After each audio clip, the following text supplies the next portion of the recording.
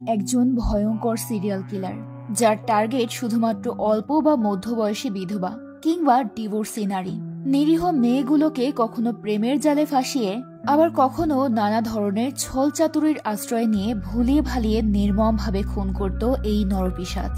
Police সর্বোচ্চ চেষ্টা করেও এই কেসের কোনো ক্লু বের করতে পারছিল না। তারা যতই কেসের গভীরে যেতে থাকে ততই নতুন নতুন রহস্য সামনে আসতে থাকে। তবে একদিন রহস্যের গোলকধাঁধায় আটকে পড়া পুলিশের সামনে সেই ভয়ঙ্কর খুনি নিজ থেকে এসেই ধরা দেয়। কিন্তু পরিস্থিতি এমন ছিল যে পুলিশ খুনিকে সামনে পেয়েও চিনতে পারে না। বলছিলাম সদ্য মুক্তিপ্রাপ্ত একটা অসাধারণ ক্রাইম সাসপেন্স মুভি কালাম কাওয়ালের কথা, যার প্রত্যেকটা মরে থাকা সাসপেন্স আপনার গায়ে কাটা এনে দেবে। তো চলুন আর কথা না বাড়িয়ে সরাসরি গল্পে চলে যাই। মুভির শুরুতে আমরা একটা লোককে তার ফ্যামিলির সঙ্গে বসে টিভিতে গান শুনতে দেখি। তখনই লোকটার ফোনে একটা কল আসে। লোকটা তখন সেখান থেকে উঠে ফোনে কথা বলতে চলে যায়। সে কথা শেষ করে ফিরে এসে তার স্ত্রীকে বলে, কুমার স্যার এসেছে, সে তাড়াতাড়ি চলে যাবে, তাই আমাকে যেতে হবে। ওই লোকটা একজন পুলিশ ছিল।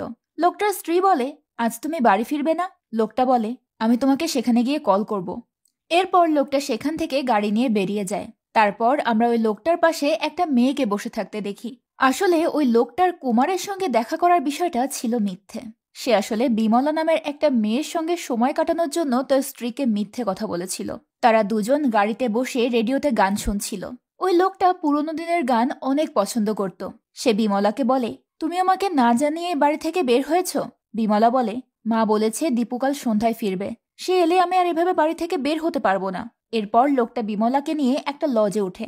এই লজে তারা দুজন একসাথে রাত কাটায়। সেখানে বিমলা ওই লোকটাকে বলে, বাবুর সাথে ডিভোর্সের পর আমি আর বিয়ের ব্যাপারে কখনোই ভাবিনি, কিন্তু তোমার সাথে দেখা হওয়ার পর আমি বদলে গেছি। তখনই লোকটা টিভি চালায়। টিভি নিউজে বলা হচ্ছিল, এক ভাই সম্পত্তির জন্য তার আরেক ভাইকে মেরে ফেলেছে। এই কথা শুনে বিমলা ওই লোকটাকে জিজ্ঞেস করে, একজন ভাই তার নিজের ভাইকে মারতে পারে? লোকটা বলে, এখানে অনেক মানুষ আছে যারা এমন অনেক কিছুই করতে পারে। কখনো কখনো কোনো কারণ ছাড়াই মানুষ মানুষকে মেরে ফেলে। একটা এক্সাম্পল দেই, আমার স্ত্রীকে আমি বিয়ে করেছি যৌতুকের জন্য। তাকে বিয়ে করে আমি যৌতুক হিসেবে একটা গাড়ি নিয়েছি। এখন আমি তাকে ডিভোর্স দিয়ে দেব তোমার জন্য। বিমলা বলে, এর জন্য তোমার আমাকে মারার প্রয়োজন নেই। এটা বলে বিমলা একটু দূরে গিয়ে শোয়। লোকটা তখন মজা করে বলে, তুমি এভাবে দূরে গিয়ে শুলে আমি তোমাকে মেরেও সন্তুষ্ট হব না। মানুষকে মেরে পরিতৃপ্তি পাওয়া যায়। এটা শুনে বিমলা বলে, তুমি কি বলার চেষ্টা করছো? তুমি কি আমাকে মারতে চাও? লোকটা বলে, হ্যাঁ। বিমলা তখন বলে, তুমি আমাকে মারতে পারবে না। তখন লোকটা বলে, এটা একদমই সহজ। বিমলা মজা করে বলে, সেটা কিভাবে? আমাকে দেখাও। তখন ওই লোকটা বিমলার গলায় ওড়না পেঁচিয়ে তাকে দেখাতে থাকে কিভাবে খুন করতে হয়। বিমলা এটা সিরিয়াসলি নেয়নি, কিন্তু লোকটা সত্যি সত্যি তার গলায় ওড়না পেঁচিয়ে তার শ্বাস রোধ করে তাকে মেরে ফেলে। বিমলা ভাবতেও পারেনি যে লোকটা তাকে মেরে ফেলবে। এই লোকটা আসলে একজন সিরিয়াল কিলার। সে বিভিন্ন পরিচয়ে মধ্যবয়সী ডিভোর্সি অথবা অল্প বয়সী মেয়েদেরকে ট্র্যাপ করে তাদেরকে খুন করে। বিমলাকে মারার পর লোকটা তার লাশকে একটা ব্যাগে ভরে নেয়। এরপর রিসেপশনে গিয়ে দেখে রিসেপশনিস্ট ঘুমাচ্ছে। তখন সে তার রুমের চাবি রেখে বিমলার লাশ গাড়িতে তুলে নিয়ে চলে যায়। পরের সিনে আমরা থানায় আইপিএস অফিসার থমাসকে দেখতে পাই। থমাস একটা কেসের ইনভেস্টিগেশন করার জন্য থানা থেকে বের হয়। প্রদীপ নামের একজন কর্মচারী থমাসকে জিজ্ঞেস করে, এই থানায় কি নাথকেও পাঠানো হয়েছে? থমাস তার কথার জবাব না দিয়ে চলে যায়। তার যাওয়ার পর প্রদীপ নাথকে কল করে। এরপর কোট্টাইকোনাম থানার সিন দেখানো হয়। ওই থানার সামনে অনেক মানুষ ভিড় করেছিল। যেসব মেয়েরা গায়েব হয়েছিল তাদের ফ্যামিলি এবং এলাকার লোকেরা ওই থানার সামনে ভিড় জমিয়েছিল। এরই মাঝে সেখানে নাথ নামের একটা লোক আসে। নাথ একজন পুলিশ অফিসার ছিল। মেয়েদের নিখোঁজ হওয়ার এই কেস ইনভেস্টিগেশনের দায়িত্ব নাথের উপর ছিল। নাথ সাব ইন্সপেক্টর বাবুর সঙ্গে দেখা করতে সেখানে আসে। সে এখানে ওই লোকেদের করা এফআইআর এর একটা কপি নিতে এসেছিল। বাবু বলে, থমাস স্যার আপনার কথা বলেছিল। বাবু নাথকে দুজন ছেলে আর একটা মেয়ের ছবি দেখায়। ওই মেয়েটাই ছিল বিমলা, যাকে মুভির শুরুতে একটা লোক মেরে ফেলেছিল।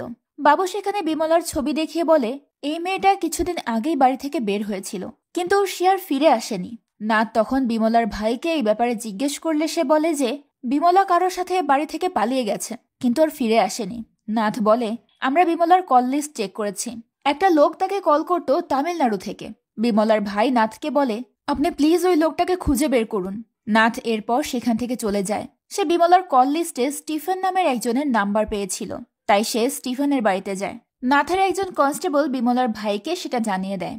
বিমলার ভাই স্টিফেনকে মারতে চাইছিল, তাই সে স্টিফেনের বাড়ির দিকে যায়। স্টিফেন বাইক নিয়ে তার বাড়ি থেকে বের হয়। বিমলার ভাই তার দলবল নিয়ে তাকে ফলো করতে থাকে।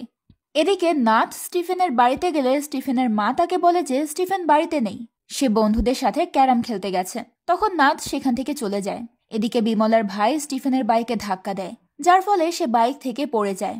তারপর তারা স্টিফেনকে গাড়িতে তুলে একটা জায়গায় নিয়ে গিয়ে মারতে শুরু করে, আর বিমলা কোথায় আছে সেটা জিজ্ঞেস করতে থাকে। স্টিফেন বলে, আমি জানি না সে কোথায়, কিন্তু বিমলার ভাই তার কথা বিশ্বাস করে না। এদিকে নাথ স্টিফেনকে খোঁজার জন্য তার বন্ধুদের কাছে যায়। তার বন্ধুরা জানায় স্টিফেন আজ খেলতে আসেনি। তখন সেখানে একটা লোক এসে স্টিফেনের বন্ধুদেরকে বলে কিছু লোক স্টিফেনকে মারছে। এটা শুনে স্টিফেনের বন্ধুরা বাইক নিয়ে সেখানে যেতে থাকে। নাথও তাদের পিছু পিছু সেখানে পৌঁছে যায়। নাথকে দেখে স্টিফেনকে ফেলে বিমলার ভাই তার দলবল নিয়ে সেখান থেকে পালিয়ে যায়। স্টিফেনের অবস্থা অনেক খারাপ ছিল, তাই নাথ তাকে হসপিটালে নিয়ে যায়। এরপর সে বিমলার ছবি স্টিফেনকে দেখায় আর বিমলা কোথায় তা জিজ্ঞেস করে। স্টিফেন বলে, আমি জানি না মেয়েটাকে, ওরাও আমাকে ছবি দেখে মারছিল। তখন নাথ স্টিফেনের নাম্বারের লিস্ট বের করে তাকে জিজ্ঞেস করে, এটা তো তোমারই নাম্বার। স্টিফেন এটা অস্বীকার করে। নাথ বলে, এটা স্টিফেনের নামে রেজিস্টার করা আছে, তোমার সাথে এই নাম্বারের কানেকশন কি? নাথ স্টিফেনকে ভালোভাবে নাম্বারটা চেক করতে বলে। স্টিফেন নাম্বারটা দেখে বলে, এটা তো আমার এক বোনের নাম্বার, কিন্তু এটা আমার নামে রেজিস্টার করা। নাথ জিজ্ঞেস করে, তাহলে সে কোথায়? স্টিফেন বলে, 8-10 মাস আগে সে একজন কার্পেন্টারের সঙ্গে পালিয়ে গেছে। এরপর আমি আর তার ব্যাপারে কিছু জানি না। নাথ তার নাম জিজ্ঞেস করলে স্টিফেন বলে, ওর নাম সেলভি। নাথ স্টেশনে ফিরে গিয়ে এফআইআর এর লিস্ট চেক করে সেখানে সেলভির নিখোঁজের রিপোর্ট পায়। বাবু তাকে বলে, স্টিফেন সত্যি বলছে, মেয়েটা একটা ছেলের সঙ্গে পালিয়ে গেছে। আমরা এই কেস তেমন ফলো করিনি, কারণ সে যে ছেলেটার সঙ্গে পালিয়েছে তার নাম বড় বন্ধ। নাথ বাবুকে বলে, আপনার কাছে কি ওই লোকটার কল ডিটেলস আছে? বাবু তখন তাকে ওই লোকটার কল ডিটেলস দিয়ে বলে, এটা কেরালার নাম্বার। এখানে দেওয়ার ঠিকানাটা সন্দেহজনক, হয়তো ঠিকানাটা ফেক। নাথ ওই ডিটেলসে সিন্ধু কেএস এর নাম দেখতে পায়। এরপর নাথ একজন কনস্টেবলকে নিয়ে সিন্ধুর বাড়িতে যায়। সেখানে নাথ সিন্ধুর ব্যাপারে জিজ্ঞেস করলে তার মা বলে যে সিন্ধু কোনো একটা ছেলের সঙ্গে 1 বছর আগে পালিয়ে গেছে, আর তার আসল নাম সিফানা। এটা শুনে নাথ অনেক অবাক হয়ে যায়, কারণ সে ভেবেছিল সিন্ধু একটা ছেলে। নাথ এখানে অনেক কনফিউজড হয়ে যায়, কারণ নাথ যে সূত্র ধরে এগোচ্ছিল সেখানে একটা করে মেয়ে নিখোঁজ হচ্ছিল, আর এই সব মেয়ের মধ্যেই একটা জিনিস কমন ছিল, সেটা হলো তারা একটা ছেলের সঙ্গে পালিয়েছে। নাথ সিন্ধুর বাড়ি থেকে কেরালা পুলিশের হেডকোয়ার্টারে অফিসার থমাসের সঙ্গে দেখা করতে যায়। সেখানে নাথ বলে, সিন্ধু নামে রেজিস্টার করার নাম্বারটা যে ইউজ করত তার নাম সিফানা, আর সিফানাও মিসিং। সিফানা লাস্ট যে নাম্বারে কন্ট্যাক্ট করেছিল সেটা ববিতা নামের একটা মেয়ের, আর ববিতা যে নাম্বারে কন্ট্যাক্ট করেছিল সেটা ছিল রাখি নামের একটা মেয়ের নামে রেজিস্টার করা। এই নাম্বারের সূত্র ধরে নাথ সিফা এবং নীলার ইনফরমেশন বের করে নেয়, যারা সবাই মিসিং ছিল। থমাস বলে, এখনো এই কেসগুলোর কোনো ব্যবস্থা গ্রহণ করা হয়নি। নাথ বলে, এজন্যই সবাই আমাদের ডিপার্টমেন্টকে এতটা নেগলেক্ট করছে। এই মেয়েগুলোর মধ্যে কেউ ডিভোর্সি, আবার কেউ বিধবা, তাই এদের ফ্যামিলি এই বিষয়টা নিয়ে খুব একটা ইন্টারেস্টেড নয়। এই কেসের সবচেয়ে অদ্ভুত বিষয় হলো এই কেসটা দুটো আলাদা স্টেটে হয়েছে। একটা কেস তামিলনাড়ুতে, অন্যটা কেরালায়। আমার মনে হয় এটা ওয়েল প্ল্যান্ড অপারেশন, কারণ শুধু একজন সিঙ্গেল মেয়েই গায়েব হয়নি, বরং তাদের ব্যাপারে কোনো ইনফরমেশনও পাওয়া যায়নি। নাথ থমাসকে বলে, আমার মনে হয় এসব একজন মানুষই করেছে। আমরা যদি কল লিস্ট আর ম্যাপ চেক করি তাহলে ওই ব্যক্তির বাড়ির ঠিকানা পেয়ে যাব। এটা একটা সেক্স র্যাকেটও হতে পারে। থমাস বলে, আমারও তাই মনে হচ্ছে। আপনি এই কেসে ফোকাস করুন, আমি কুমারকে কল করে ইনফর্ম করে দেব। এরপর নাথ সেখান থেকে চলে যায়। পরের সিনে আমরা দেখি ববি নামের একটা লোক চেত্তা নামের একটা লোকের বাড়িতে আসে। চেত্তা আসলে ওই সিরিয়াল কিলার যাকে আমরা মুভির শুরুতে দেখেছিলাম, কিন্তু সে সবার সামনে ভালো মানুষের মুখোশ পরে থাকতো আর অনেক প্ল্যান করে সব মেয়েদেরকে খুন করত, যার ফলে পুলিশ তাকে কোনোভাবেই সন্দেহ করেনি। ববি চেত্তাকে বলে, আমি জুয়েলারি বক্সে করে সাইনাইড নিয়ে এসেছিলাম, কিন্তু প্রতিবেশীর একটা কুকুর সেটা খেয়ে সাথে সাথেই মারা গেছে। তারা এখন এটা নিয়ে কেস ফাইল করবে। আমি টাকা দিয়ে সেটা সেটেল করার চেষ্টা করেছি, কিন্তু এতে তারা রাজি হচ্ছে না। এখন চেত্তা যেহেতু পুলিশ অফিসার ছিল, তাই ববি তার কাছে এসেছে সাহায্য চাইতে। চেত্তা জিজ্ঞেস করে, কোথা থেকে সাইনাইড নিয়ে এসেছিলেন? ববি বলে, এটা আমাদের সোনাদানার কাজে ব্যবহৃত হয়, আমাদের লাইসেন্স আছে। ববি চেত্তাকে এই কেসে তাকে সাহায্য করতে বলে। চেত্তাও তাতে রাজি হয়ে যায়। রাতের বেলা চেত্তা ববিদের সোনার দোকানে যায়। সেখান থেকে ববির লাইসেন্স দেখিয়ে চেত্তা সাইনাইড নিয়ে আসে। এরপর ওই সাইনাইড চেক করার জন্য সে রাস্তার এক বৃদ্ধ ভিক্ষুককে খাবারের সঙ্গে সাইনাইড মিশিয়ে খাওয়ায়, যার ফলে লোকটা কিছুক্ষণ পরই মারা যায়। এটা দেখে চেত্তার মাথায় অন্য একটা প্ল্যান আসে। চেত্তা এতদিন হাত দিয়ে খুন করেছে, তবে এবার সে এই সাইনাইডটাকেই প্রধান অস্ত্র হিসেবে ব্যবহার করবে। পরদিন চেত্তা মুরালি আন্না নামের একজন লোকের কাছে যায়। আন্না একজন ঘটক ছিল। সেখানে চেত্তা নিজেকে বিবেক নামের পরিচয় দেয় এবং বিয়ের জন্য পাত্রী খোঁজ করতে বলে। আন্না তাকে কিছু মধ্যবয়স্ক মেয়ের ছবি দেখায়। চেত্তা ওই ছবিগুলো নিয়ে বাড়ি চলে আসে। এখন এই ছবিগুলোর মেয়েরাই ছিল তার পরবর্তী শিকার। চেত্তা একে একে ওই মেয়েদেরকে ইমপ্রেস করে তার ভালোবাসার জালে ফাঁসায়, আর তারপর তাদেরকে সাইনাইড দিয়ে মারতে শুরু করে। চেত্তা এক একজনকে খুন করার পর তার একটা ডায়েরিতে তাদের স্কেচ বানিয়ে রাখে। সে একটা ওষুধের সাথে সাইনাইড মেশায়। তারপর ওই মেয়েদের সঙ্গে রাত কাটানোর পর যাতে মেয়েরা প্রেগনেন্ট না হয় সেই জন্য ওই ওষুধটা খাইয়ে দেয়। মেয়েগুলো বুঝতেও পারতো না ওই ওষুধে সাইনাইড মেশানো আছে। তারা চেত্তাকে বিশ্বাস করে ওই ওষুধ খেত, যার ফলে তারা মারা যেত। চেত্তা এভাবে একদিন একটা মেয়েকে নিয়ে বাস স্টপে যায়। সেখানে চেত্তা ওই মেয়েটাকে ওষুধ দিয়ে বাথরুমে গিয়ে খেতে বলে। মেয়েটা তখন ওষুধ নিয়ে বাস স্টপের বাথরুমে যায়। তখন চেত্তা মেয়েটাকে সেখানে রেখে গাড়ি নিয়ে চলে যায়। আর এদিকে মেয়েটা বাথরুমে গিয়ে ওই ওষুধ খেয়ে মরে পড়ে থাকে। এরপর চেত্তা তার একটা স্টোর রুমে গিয়ে ওই মেয়েটার ছবিও ডায়েরিতে আঁকে। পরদিন সে ওই মেয়েটার মারা যাওয়ার ব্যাপারে পেপারে নিউজ দেখে অনেক রিল্যাক্সড হয়ে যায়। এরপর থেকে সে এভাবেই আরো অনেক মেয়েকে মেরে ফেলে। পরের সিনে নাথ একজন পুলিশকে নিয়ে কল লিস্ট অনুসরণ করে সরোজ নামের একজন মহিলার বাড়িতে যায়। সরোজের ছেলে বিজু দরজা খোলে। নাথ বিজুকে সরোজের নাম্বার দেখিয়ে জিজ্ঞেস করে, এটা কি সরোজের নাম্বার? মিসিং গার্লের কেসের সাথে এই নাম্বারটা কানেক্টেড। বিজু বলে, মায়ের ফোন হারিয়ে গেছে, সে এখন নতুন নাম্বার ব্যবহার করে। নাথ জিজ্ঞেস করে সে কবে ফোন হারিয়েছে। বিজু বলে, অনেকদিন আগে। নাথ বলে, পুলিশে রিপোর্ট করেনি কেন? বিজু বলে, ওল্ড মডেলের ফোন, আর সেটা সুইচ অফ ছিল, তাই আমিও বিষয়টা ছেড়ে দিয়েছি। নাথ জিজ্ঞেস করে, আপনার ফ্যামিলির কেউ মিসিং হয়েছে? বিজু বলে, না। নাথ তখন থানায় ফিরে এসে এই সব কিছু থমাসকে জানায়। তখন থমাস বলে, সরোজের ছেলেকে পুরোপুরি বিশ্বাস করা যাবে না। নাথ বলে, আমিও শুরুতে ডাউট করেছিলাম, কিন্তু পরে আমি তার ব্যাকগ্রাউন্ড চেক করেছি, তার ফ্যামিলির কেউই মিসিং হয়নি। আর ওই ফোনটা এখন হয়তো কিলারের হাতে আছে। সে হয়তো ওই চুরি করা ফোন দিয়েই এসব কাজ করছে। বিমলা মিসিং হওয়ার পর ওই ফোনটা বন্ধ ছিল। এর কিছুদিন পর ফোনটা আবার চালু হয়েছিল, আর সেই নম্বর থেকে অন্য যেসব নম্বরে কন্ট্যাক্ট করা হয়েছে তার ডিটেলস আমি কাল পাবো। পরদিন আমরা চেত্তাকে বাসে করে কোথাও যেতে দেখি। তার পাশে একটা মেয়েও বসেছিল।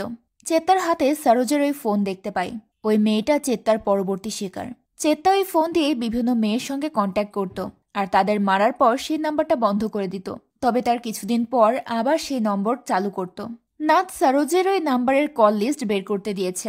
একদিকে নাথ সাইবার ল্যাবে গিয়ে অরবিন্দ নামের একটা লোককে দিয়ে সরোজের সিমের ডিটেলস বের করছিল। অন্যদিকে চেত্তা বাসে বসে তার ফোনে ওই মেয়েটার নাম্বার আভিজা বলে সেভ করে। আর তখন এই ইনফরমেশনটা অরবিন্দ এবং নাথ পেয়ে যায়। নাথ আভিজার অ্যাড্রেস বের করে তার বাড়িতে যায়, আর আভিজার মাকে বলে, আভিজা কোথায়? আভিজার মা বলে সে 2 সপ্তাহ আগে একজনের সঙ্গে পালিয়ে গেছে। এটা শুনে নাথ বুঝতে পারে যে আভিজাকেও সেম একইভাবে ট্র্যাপ করা হয়েছে। রাতে চেত্তা তার স্টোর রুমে বসে আভিজার স্কেচ বানায়। এর মানে সে আভিজাকেও মেরে ফেলেছিল। পরদিন নাথ থমাসের কাছে গিয়ে বলে, আমরা অবশ্যই তাকে ধরতে পারবো। থমাস বলে, তুমি এত শিওর কিভাবে হচ্ছ? আমি তোমার ডিটেকটিভ স্কিলের ব্যাপারে ভালোভাবেই জানি, কিন্তু এখন সব মাথার উপর দিয়ে যাচ্ছে। নাথ বলে, সাইবার ল্যাব আর কন্ট্যাক্ট ম্যাপিং সব নাম্বার অ্যানালাইসিস করেছে। আমরা অপরাধীর অনেক কাছাকাছি পৌঁছে গেছি। আমরা আর একটু এফোর্ট দিলেই তাকে অবশ্যই ধরতে পারবো, আর তার মোবাইলের মাধ্যমেই সেটা করা সম্ভব। এদিকে আমরা চেত্তাকে আর একটা মহিলার সঙ্গে দেখতে পাই। চেত্তা ওই মহিলার নাম্বারও সেভ করে আর ওই মহিলার সঙ্গে কন্ট্যাক্ট করে, যার ফলে অরবিন্দ আবার ইনফরমেশন পেয়ে যায়। এরপর চেত্তা কেরালা থানায় আসে। সেখানে নাথ তাকে ওয়েলকাম করে। এখানে জানা যায় চেত্তা একজন নতুন অফিসার হিসেবে জয়েন করতে এসেছে। সেখানে চেত্তা নিজেকে স্ট্যানলি দাস নামে পরিচয় দেয়। মজার ব্যাপার হলো এখন থেকে আসল সিরিয়াল কিলারই পুলিশ হয়ে সিরিয়াল কিলারকে খুঁজবে। পুলিশে জয়েন করার পর চেত্তা রাতে আরো একটা মেয়েকে নিয়ে বাস স্টপে আসে। সে ওই মেয়েটাকেও ওই একই ওষুধ দেয়। মেয়েটা সেই ওষুধ নিয়ে বাথরুমে চলে যায়, আর সিন এখানেই কাট হয়। পরের সিনে আমরা দেখি চেত্তা ওরফে স্ট্যানলি নাথের সঙ্গে এই কেস ইনভেস্টিগেট করতে বের হয়। নাথ স্ট্যানলিকে জিজ্ঞেস করে, আপনার বাড়ি কোথায়? স্ট্যানলি নাথকে বলে, আমি আরুকানি থেকে এসেছি, এটা তামিলনাড়ুতে অবস্থিত। এখানে নাথ স্ট্যানলির সঙ্গে কেসটা ডিসকাস করে। সেটা শুনে স্ট্যানলি বলে, আমাদের তামিলনাড়ুতেও এই কেস আছে। এখানে নাথ স্ট্যানলিকে বলে দেয় যে সব মেয়েরা কেরালা থেকে ট্রাভেল করার পর তাদের ফোন বন্ধ করে দিয়েছে, আর তামিলনাড়ু থেকে কেরালায় ট্রাভেল করা মেয়েগুলোর সঙ্গেও সেম একই কাজ হয়েছে। তবে আমরা এখন কেরালার ক্রাইম রেকর্ড ইনভেস্টিগেট করছি। নাথ স্ট্যানলিকে তামিলনাড়ুর রেকর্ড চেক করতে বলে। স্ট্যানলি চুপচাপ এই সমস্ত কথা শুনছিল আর মনে মনে মজা নিচ্ছিল, কারণ আসল অপরাধী তো সে নিজেই। এখানে নাথ বলে দেয় যে সাসপেক্ট আভিজা নামের একটা মেয়ের সঙ্গে কন্ট্যাক্ট করেছে, আমরা সাইবার ল্যাবের মাধ্যমে তাকে ফলো করছি। এটা শুনে স্ট্যানলি তার ফোন লুকিয়ে ফেলে। এরপর সে গাড়ি থেকে নেমে ওই ফোনটা ভেঙে ফেলে। পরদিন থানা থেকে আনন্দ নামের একটা লোক নাথকে কল করে। সে নাথকে জানায় যে শাহানা নামের একটা মেয়ের ফোন বন্ধ পাওয়ার পরদিন বাস স্ট্যান্ডের রেস্টরুমে সুইসাইড করেছে, তবে সেই বডিটা আইডেন্টিফাই করা হয়নি। নাথ তাকে বডি আইডেন্টিফাই করতে বলে আর চেক করার পর একটা কপি বানিয়ে তাকে পাঠাতে বলে। এদিকে স্ট্যানলি তামিলনাড়ু থানায় বসে মিসিং ফাইল দেখছিল। আনন্দ এসে জানায় যে বডি ছবির সঙ্গে ম্যাচ করেছে। পোস্টমর্টমে জানা গেছে এটা সুইসাইড। নাথ তখন আবারও বডিটা পোস্টমর্টম করে থমাসের সঙ্গে দেখা করতে বলে। এরপর নাথ পোস্টমর্টম রিপোর্ট নিয়ে ডক্টরের কাছে যায়। তখন ডক্টর জানায় বডিতে সাইনাইড পাওয়া গেছে আর মারা যাওয়ার আগে শারীরিক মিলনও ঘটেছে। নাথ জিজ্ঞেস করে, সাসপেক্টের কোনো স্যাম্পল পাওয়া গেছে? ডক্টর বলে, না, 7 দিনের মধ্যে হলে স্যাম্পল পাওয়া যেত। নাথ বলে, বডিতে কোনো ধস্তাধস্তির আঁচড় পাওয়া গেছে? ডক্টর বলে, বডিতে 2টো লাভ বাইট ছাড়া আর কোনো দাগ পাওয়া যায়নি। নাথ বলে, তাহলে সাইনাইড শরীরে গেল কিভাবে? ডক্টর বলে, সাইনাইডটা হয়তো বাথরুমে যাওয়ার পর খেয়েছে। নাথ বলে, কেন মানুষ এভাবে একজনকে মারবে? ডক্টর বলে, খুনি হয়তো কোনো সাইকোরা এসব সহজেই করতে পারে। নাথ এরপর থমাসের কাছে গিয়ে জানায় যে মোট 11টা বডি পাওয়া গেছে, তবে তার মধ্যে 2-1টা এখনো মিসিং, কিন্তু সবাই সেম প্যাটার্নেই মারা গেছে। থমাস জিজ্ঞেস করে, পরের স্টেপ কি? নাথ বলে, ফরেন্সিক রিপোর্ট এলে আমি সেটা চেক করতে যাব। এরপর নাথ ফরেন্সিক ল্যাবে যায়, যেখানে ওই লাশের সাথে সব কিছুই রাখা ছিল। সেখানে একটা সেফটি পিন ছিল। ল্যাবের লোকটা বলে, এই পিনটা খুব অদ্ভুত, কারণ এটা সাধারণত কোনো মেয়ে ব্যবহার করে না। এটা সচরাচর নেম প্লেট লাগানোর ক্ষেত্রে ব্যবহার করা হয়, যেটা মোস্টলি অ্যাসোসিয়েটেড ইউনিফর্মে ব্যবহার হয়ে থাকে। নাথ ওই সেফটি পিন হাতে নিয়ে দেখতে থাকে। তখনই এখানে স্ট্যানলির নেম প্লেট লাগানো পোশাক দেখানো হয়। ওই সেফটি পিনটা আসলে স্ট্যানলিরই ছিল।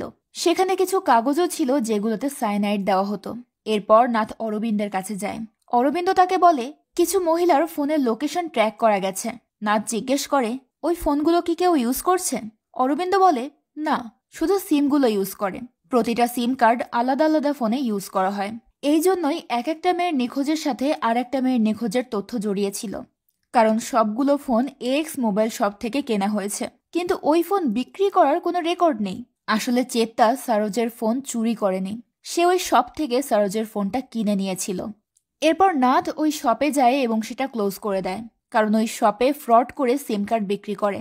সেখানে নাথকে আনন্দ বলে, এই রাস্তায় কেরালা আর তামিলনাড়ু ভাগ হয়েছে, এখান দিয়েই তামিলনাড়ুর পুলিশেরা চলাফেরা করে। নাথের তখন সন্দেহ হয় যে তামিলনাড়ুর কোনো পুলিশ হয়তো এই কিলিং এর সঙ্গে জড়িত।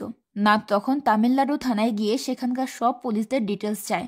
অফিসার মুরগান তাকে 3জন সিনিয়র অফিসারের ডিটেলস দেয়, যেখানে একজন ছিল স্ট্যানলি। নাথ আনন্দকে সব অফিসারদের ফোন নাম্বারের লিস্ট দিয়ে বলে, এখানে সব নাম্বার আছে, এগুলোর একটা time line map position create করো, আর টাইম লাইন পজিশনের সাথে সাসপেক্টের ক্রাইম টাইম মেলাও, হয়তো কারো লোকেশন ম্যাচ করতে পারে। অরবিন্দ তখন নাথকে কল করে বলে, আমাদের মিসিং কেসের সারায়না নামের একটা মেয়ের ফোন অন হয়েছে। নাথ অরবিন্দকে মোবাইলটা ট্র্যাক করতে বলে। এরপর নাথ অরবিন্দকে নিয়ে ওই নম্বরের লোকেশনে যায়। নাথ সেখানে নেমে একটা অ্যাপার্টমেন্টে যায়। ওই অ্যাপার্টমেন্টে মানি নামের একজন কনস্টেবল থাকতো। নাথ ওই নাম্বারে কল করলে ভেতরে ফোন বাজতে শুরু করে। নাথ তখন ভেতরে ঢুকে বিছানার নিচে থেকে ওই ফোনটা বের করে। সে তখন মানিকে সন্দেহ করতে থাকে। নাথ মানির স্ত্রীকেও জিজ্ঞাসাবাদ করে যে মানিক কোথায়। মানির স্ত্রী জানায় সে থানায় চলে গেছে, তার ফোনও সুইচ অফ ছিল। তখন সেখানে স্ট্যানলি আসে। স্ট্যানলিও ওই একই বিল্ডিংয়ে থাকতো। সে বলে, আমি মানিককে অনেকদিন ধরেই চিনি। নাথ স্ট্যানলিকে বলে, আমরা ওই ফোন এখানে পেয়েছি, এর মানে আসল অপরাধী একজন পুলিশ অফিসার। স্ট্যানলি বলে, এটা সম্ভব নয়, মানি অনেক ভালো একজন মানুষ। আসলে স্ট্যানলি নিজেই মানিকে ফাঁসিয়েছিল। নাথ মানিকে খুঁজতে শুরু করে। স্ট্যানলি নাথকে জানায় যে মানির বাইক পাওয়া গেছে, সে হয়তো পালিয়ে গেছে। এখানে দেখানো হয় মানি আর স্ট্যানলি একসঙ্গে সিগারেট খাচ্ছিল। তখন স্ট্যানলি সেখানে মানিকে মেরে ফেলে। এরপর সে তার স্টোর রুমে বসে মানির একটা ছবি আঁকে। তারপর আমরা দেখি নাথ আর থমাস বসে আছে। থমাস বলে, এখন এসব ছেড়ে দাও, আর কত ইনভেস্টিগেট করবে, কোনো ক্লু তো পাওনি। নাথ বলে, আমি এভাবে ছাড়তে পারবো না, আমার মনে হচ্ছে আমরা তাকে ধরতে পারবো। এখানে নাথ তার জীবনের একটা গল্প বলতে থাকে, যেখানে সে বলে, আমি যখন কাট্টাডাটা থাকতাম তখন বাড়িতে অনেক ইঁদুরের সমস্যা ছিল। ইঁদুরগুলো তার কাটতে শুরু করেছিল। আমার কাছে ইঁদুর ট্র্যাপ করা ছাড়া আর কোনো উপায় ছিল না। যখন ইঁদুরগুলো ফাঁদে পড়তে শুরু করলো তখন আমি তাদেরকে মারতে হেজিটেট শুরু করি, কিন্তু একটা সময় এতটা সমস্যা দেখা দিয়েছিল যে আমি নিরুপায় হয়ে তাদেরকে মারতে শুরু করি। ওই ইঁদুরগুলোকে মারার পর আমি শান্তি পেয়েছিলাম। এভাবেই আমি আমার বাড়ির ইঁদুরের সমস্যা সলভ করেছিলাম। যখন আমি একটা ইঁদুরকে হারিয়ে ফেলতাম তখন আমার মনে হতো আমি অনেক বড় কিছু হারিয়ে ফেলেছি। এটাই basic psychology sir. Drug addiction আর সেক্স এডিকশনের মতো কিলিং এডিকশনও আছে। কিলার যতদিন না মারা যাচ্ছে ততক্ষণ তার এই এডিকশন কাটবে না। থমাস বলে, এটা তো বায়োলজিক্যাল যুক্তি, কুকুর বিড়ালের মতো, কিন্তু মানুষ তো আলাদা। কিছু মানুষ আলাদা প্রবৃত্তি নিয়েই জন্ম নেয়। এরপর সব নিউজ চ্যানেলে ওই সাইনাইডের মার্ডার কেসের নিউজ করা হয়। পুলিশ ও ক্রিমিনাল গ্যাংয়ের লিস্টে আছে। এখানে ওই কেসের সন্দেহভাজনদের তালিকায় মানির নামও বলা হয়। নিউজটা বাড়িতে বসে স্ট্যানলিও দেখছিল। সে রাতের বেলা জঙ্গলে একটা মাটি খুঁড়ে তার কাছে থাকা সাইনাইডগুলো পুঁতে ফেলে। এরপর স্ট্যানলি ফরেন্সিক সার্জন জোসেফকে কল করে। সে নিজেকে সেথু নামে পরিচয় দেয় আর বলে, আমি মালায়ালাম ফিল্মে অ্যাসিস্ট্যান্ট ডিরেক্টর হিসেবে কাজ করি। আমি বর্তমান ঘটনার একটা স্ক্রিপ্ট নিয়ে কাজ করছিলাম। আমাদের লক্ষ্য ছিল আমরা ফিল্মটা কিছুটা রিয়েলিস্টিক বানাবো, তাই এই বিষয়ে কিছু রিসার্চ করতে যাচ্ছিলাম। জোসেফ বলে, আপনি কি জানতে চান বলুন, আমি আপনার সঙ্গে সব শেয়ার করব। এভাবে মিথ্যে বলে স্ট্যানলি জোসেফের থেকে ফরেন্সিকের সমস্ত ইনফরমেশন কালেক্ট করে। পরের সিনে আমরা দেখি স্ট্যানলি আবার আর একটা মহিলাকে টার্গেট করে। এবার সে ওই মহিলাকে নিয়ে যায় একটা হোটেল রুমে। সেখানে স্ট্যানলি সুগার মাপার জন্য ওই মহিলার হাতে ডায়াবেটিস মাপার সুই ফোটায়। ওই মহিলা বলে, মাঝে মাঝে আমার হাজব্যান্ড সুগার চেক করার জন্য ইনসিস্ট করে। আমার হাজব্যান্ড গত 5-6 বছর ধরে ওষুধ খাচ্ছে। তো এরপর মহিলাটা তার হাজব্যান্ডের সঙ্গে ঘুমাতে যায়। পরদিন নাথ থানায় গিয়ে ওই নিখোঁজ হওয়া মেয়েদের ছবিগুলো দেখতে থাকে আর তাদের ফ্যামিলির বয়ানগুলো মনে করতে থাকে। ওদিকে স্ট্যানলিকে আমরা আরেকটা মহিলার সঙ্গে দেখতে পাই। স্ট্যানলি মহিলাটাকে গাড়িতে বসিয়ে রেখে বাইরে সিগারেট খেতে যায়। তখন ওই মহিলাটা গাড়িতে ওই মোবাইলটা পায়। এদিকে অরবিন্দ নাথকে বলে, এই সব নিউজ দেখার পর আমি ডিসাইড করেছি এই কেসে আমি সাহায্য করব। আনাঘা নামের একটা মেয়ের ফোন এই কেসের সাথে কানেক্টেড। ফোনটা 1 সপ্তাহ আগে আডরের কাছে অন হয়েছিল এবং ওই ফোন থেকে অন্য একটা ফোনে মিসড কল দেওয়া হয়েছিল। অরবিন্দ ওই নাম্বারের সমস্ত ডিটেলস নাথকে দিয়ে দেয়। নাথ সেখান থেকে অ্যাড্রেস নিয়ে একটা বাড়িতে যায়। আনাঘার শ্বশুর তখন বেরিয়ে আসে। নাথ তার কাছে আনাঘার ব্যাপারে জানতে চায়। আনাঘার শ্বশুর বলে, 4 দিন আগে সে আমার ছেলের সাথে কোথাও গিয়েছিল। এখন আমার ছেলে দুবাই আছে। নাথ জিজ্ঞেস করে আনাঘার সাথে তার ফোনে কোনো কথা হয়েছে কিনা। আনাঘার শ্বশুর বলে, সে একটু অসুস্থ, হসপিটালে অ্যাডমিট আছে, তার সার্জারি আছে, 2 দিন পর তার সঙ্গে দেখা করতে পারবেন। আনাঘার শ্বশুর নাথকে তার নাম জিজ্ঞেস করলে নাথ নিজেকে জেমস বলে পরিচয় দেয়। এরপর সে চলেই যাচ্ছিল। তখন সেখানে একটা লোক এসে বলে, স্যার আসলে সমস্যা কি? নাথ তাকে জিজ্ঞেস করে, কে আপনি? ওই লোকটা বলে, আনাঘা আমার বড় ভাইয়ের স্ত্রী। নাথ বলে, আমি ডিরেক্ট আনাঘার সঙ্গেই কথা বলবো। লোকটা তখন নাথকে জানায় যে আনাঘা হঠাৎ আজ সকালে হার্ট অ্যাটাক করে মারা গেছে। এখন তার ছেলে তার কাছে আছে। আমরা আমাদের বাবা মাকে কিছুই জানাইনি। তার বডি আনা হবে কাল। নাথ এসব শুনে থমাসের কাছে গিয়ে বলে, আনাঘার নাম্বারটা কিলারের ফোনের সাথে কানেক্টেড। পোস্টমর্টমে জানা গেছে তার হার্ট অ্যাটাক হয়েছিল, কিন্তু তার তো কখনো হার্টের অসুখই ছিল না। থমাস তাকে টেস্ট করার পর রিপোর্ট জমা করতে বলে। এরপর নাথ ফরেন্সিক ডক্টরের কাছে যায়। জোসেফ বলে, বডিতে এক ধরনের কেমিক্যাল পাওয়া গেছে, যেটা ডিজিটাল এক ধরনের যন্ত্রের মাধ্যমে ঢোকানো হয়েছে, যার ফলেই হার্ট অ্যাটাক হয়েছে। এখানে ফ্ল্যাশব্যাকে দেখানো হয় স্ট্যানলি ফরেন্সিক সার্জন জোসেফকে কল করে মুভি বানানোর কথা বলে তার থেকে একটা পয়জন বানানোর কৌশল শিখেছিল। আর সেই পয়জনটা সে ডায়াবেটিস চেক করার নামে ওই মহিলার শরীরে ঢুকিয়ে দেয়, যার ফলে আনাঘা নামের সেই মহিলা হার্ট অ্যাটাক করে মারা যায়।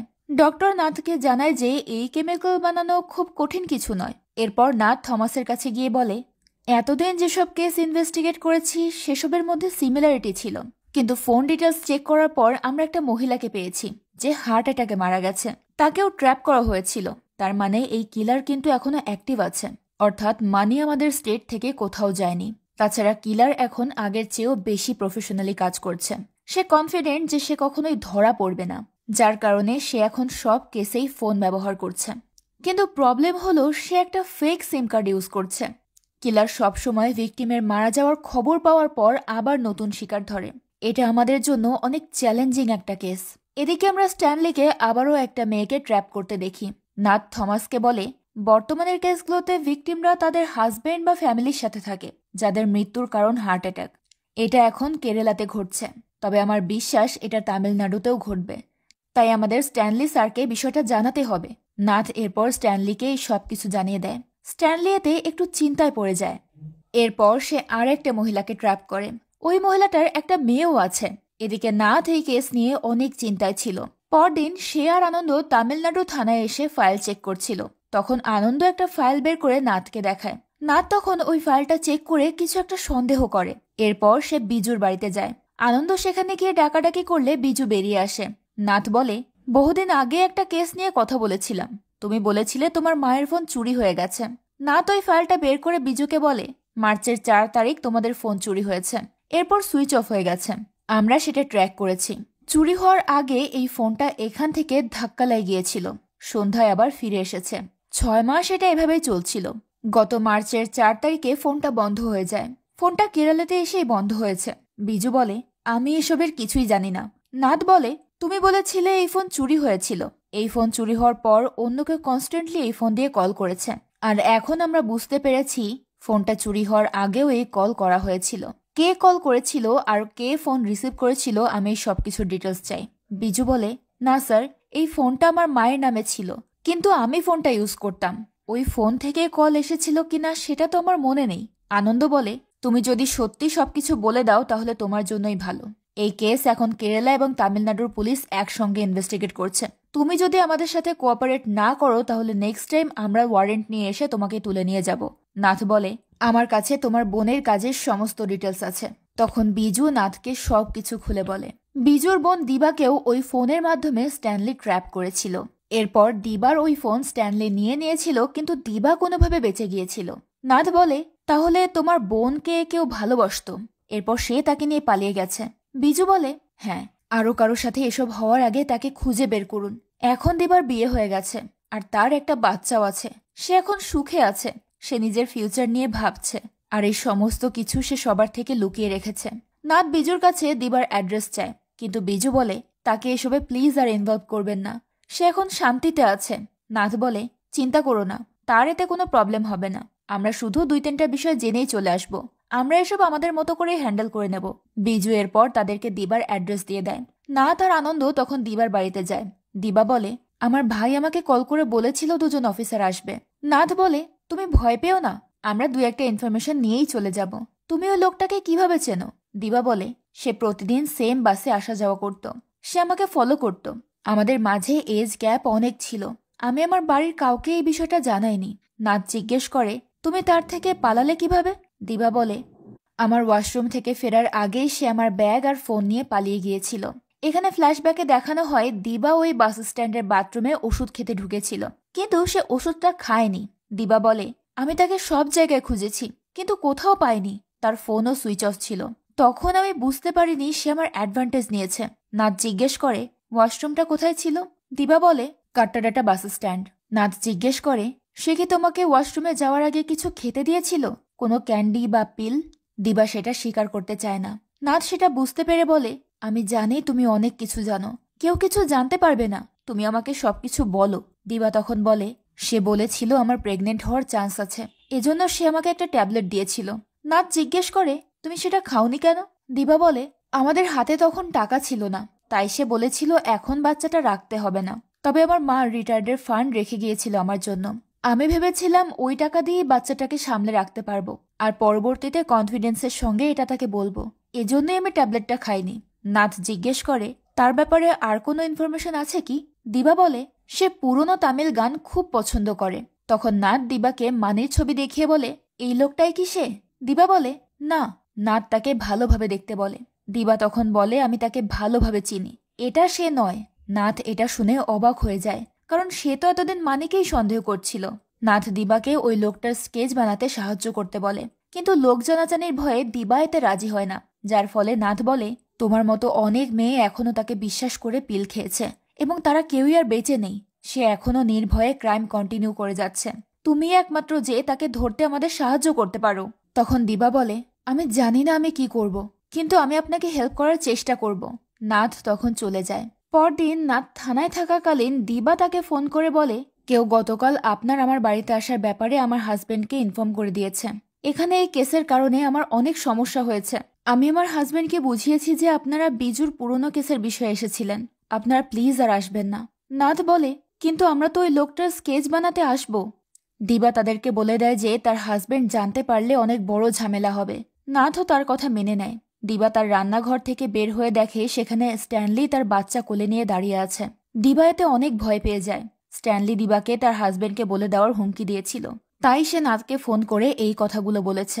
এদিকে নাথ সেই বাস স্টপে যায় যেখান থেকে দিবা বাসে উঠত। দিবা সেখানে যে বাসে উঠত, নাথ ওই ড্রাইভারকে দিবার ছবি দেখালে লোকটা বলে 6-7 মাস আগে সে বাসে উঠেছিল। নাথ জিজ্ঞেস করে, এই মেয়েটার সাথে ক্লোজ কেউ যাতায়াত করত? লোকটা বলে, একটা লোক তার সঙ্গে যাতায়াত করত। লোকটা হয়তো মেয়েটার সাথেই কাজ করত। আনন্দ বলে, কিন্তু ওই লোকটা তো কোনো কাজ করে না। পরদিন স্ট্যানলি নাথকে কল করে জিজ্ঞেস করে দিবার কেসের এখন কোনো কিছু করা যাবে কিনা। তখন নাথ জানায় এখন আর কিছুই করা যাবে না। স্ট্যানলি জিজ্ঞেস করে, তাহলে এখন আমরা কি করব? নাথ বলে, দিবা যে বাসে ট্রাভেল করত আমি সেই বাস কন্ডাক্টরের সঙ্গে দেখা করেছি। সে বলেছে তার মনে আছে ওই লোকটার চেহারা। আমি ওই কিলারের স্কেচ বানানোর জন্য আর্টিস্টকে নিয়ে আসছি। নাথ স্ট্যানলিকে এক জায়গায় আসতে বলে যেখানে নাথ স্কেচ বানাবে।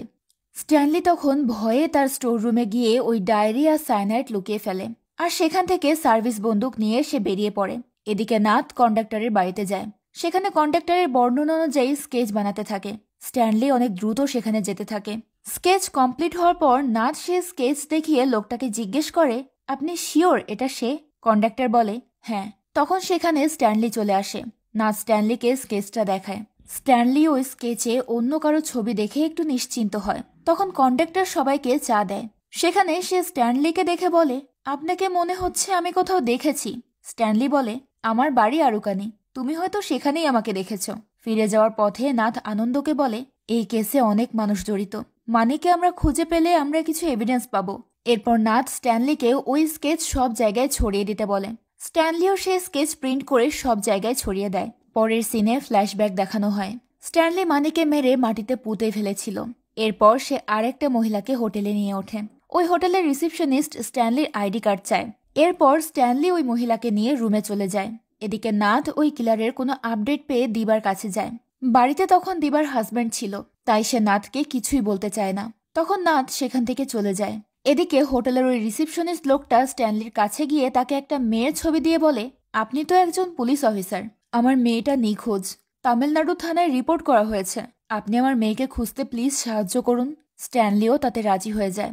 এরপর ওই লোকটা সেখান থেকে চলে যায়। স্ট্যানলি তখন একেবারে নিশ্চুপ হয়ে যায়, কারণ ওই মেয়েটাকেও সে মেরে ফেলেছিল। স্ট্যানলি ভেতরে গিয়ে মেয়েটার ছবি লুকিয়ে ফেলে। এরপর একটা লোক নাথকে কল করে বলে, কিছু মানুষ ওই খুনিকে এক জায়গায় দেখেছে। এটা শুনে নাথ দ্রুত সেখানে যায়। স্ট্যানলি তার রুমে অনেক চিন্তায় ছিল, তাই সে সিগারেট খেতে বাইরের রিসিপশনে আসে। আর ঠিক সেই মুহূর্তে সেখানে নাথও চলে আসে। নাথকে দেখে স্ট্যানলি বলে, আমি এখানে ইনভেস্টিগেশন করতে এসেছি। স্ট্যানলি জিজ্ঞেস করে, আপনি এখানে কি করছেন? নাথ বলে, একজন লোক বলল সে খুনিকে এখানে কোথাও দেখেছে, তাই আমি এখানে তাকে খুঁজতে এসেছি। আপনি কি কাল ফ্রি আছেন? স্ট্যানলি বলে, দুপুরের পর ফ্রি আছি। নাথ বলে, তাহলে আমরা একসঙ্গে এখান থেকে বের হব। স্ট্যানলি এতে রাজি হয়ে যায়। এরপর সে রুমে যেতে থাকে। তখন নাথ তাকে ওই খুনির একটা স্কেচ দেয়। এরপর সে সেটা নিয়ে রুমে যেতে থাকে। তখন নাথ পুরনো তামিল গান বাজায়। এটা শুনে স্ট্যানলি থেমে যায়। স্ট্যানলি তখন ওই স্কেচটা খুলে দেখে সেটা তারই স্কেচ, যেটা স্ট্যানলি নিজের ডায়েরিতে এঁকেছিল। স্ট্যানলি বুঝে যায় যে নাথ তাকে ধরে ফেলেছে। আসলে নাথ আগে থেকেই জানতে পেরেছিল যে আসল খুনি স্ট্যানলি, কারণ ওই দিন ওই আর্টিস্ট স্ট্যানলির ছবি এঁকেছিল। কিন্তু স্ট্যানলি আসার পর নাথ সেটা লুকিয়ে অন্য একটা ছবি দেখিয়েছিল, যাতে স্ট্যানলির মনে সন্দেহ না জাগে। এরপর নাথ শিওর হওয়ার জন্য দিবার বাড়ির দরজায় গিয়ে স্ট্যানলির স্কেচ তাকে দেখায়। দিবা তখন ইশারায় তাকে বলে দিয়েছিল যে এটাই সেই খুনি, আর তখনই নাথ কনফার্ম হয়ে যায়। এরপর সে স্ট্যানলির ওই স্টোর রুমেও গিয়েছিল এবং সেখান থেকে সব স্কেচ উদ্ধার করেছিল। আর সেই ডায়েরি থেকেই মূলত সে স্ট্যানলির ছবিটা ছিঁড়ে এনেছিল। স্ট্যানলি তখন নাথকে মারার জন্য একটা সাইনাইড ভরা ইনজেকশন দিতে যায়, তবে নাথ সঠিক সময়ে তাকে ধরে ফেলে। তখন শুরু হয় দুজনের মধ্যে তুমুল যুদ্ধ। নাথ এখানে স্ট্যানলির শক্তির সঙ্গে পারছিল না। স্ট্যানলি তাকে মারতেই যাচ্ছিল, তখনই পেছন থেকে ওই রিসিপশনিস্ট লোকটা এসে তার মাথায় লোহার রড দিয়ে আঘাত করে। নাথ তখন রেগে স্ট্যানলির মাথাটা ফ্লোরের সঙ্গে আঘাত করে এবং তাকে মেরে ফেলে। ওই রিসিপশনিস্ট অবশেষে স্ট্যানলির থেকে তার মেয়ের মৃত্যুর প্রতিশোধ নেয়। এরপর সে আর নাথ মিলে স্ট্যানলির বডিটা স্ট্যানলির গাড়ির ডিকিতে তুলে ফেলে। আর তারপর নাথ স্ট্যানলির গাড়িটা ড্রাইভ করে নিয়ে যেতে থাকে। কিন্তু তার গাড়ির ডিক্কির ভেতর তখন হঠাৎ করেই নড়ে ওঠে। তাহলে কি স্ট্যানলি এখনো মারা যায়নি? এই প্রশ্নটাকে সামনে রেখে গল্পটা শেষ হয়ে যায়। যেহেতু গল্পটা একটা রহস্য দিয়ে শেষ হয়েছে, তাই ধরে নেওয়া যায় এই গল্পের দ্বিতীয় পার্ট খুব দ্রুতই আমরা পেতে চলেছি। তো আজকের গল্পটা কেমন লাগলো সেটা অবশ্যই আমাদের কমেন্ট করে জানাবেন। যদি ভালো লেগে থাকে তাহলে এর দ্বিতীয় পার্ট রিলিজ হওয়া মাত্রই আপনাদের কাছে নিয়ে হাজির হয়ে যাব। আজকের মতো বিদায় নিচ্ছি। দেখা হবে পরের ভিডিওতে। আল্লাহ হাফিজ।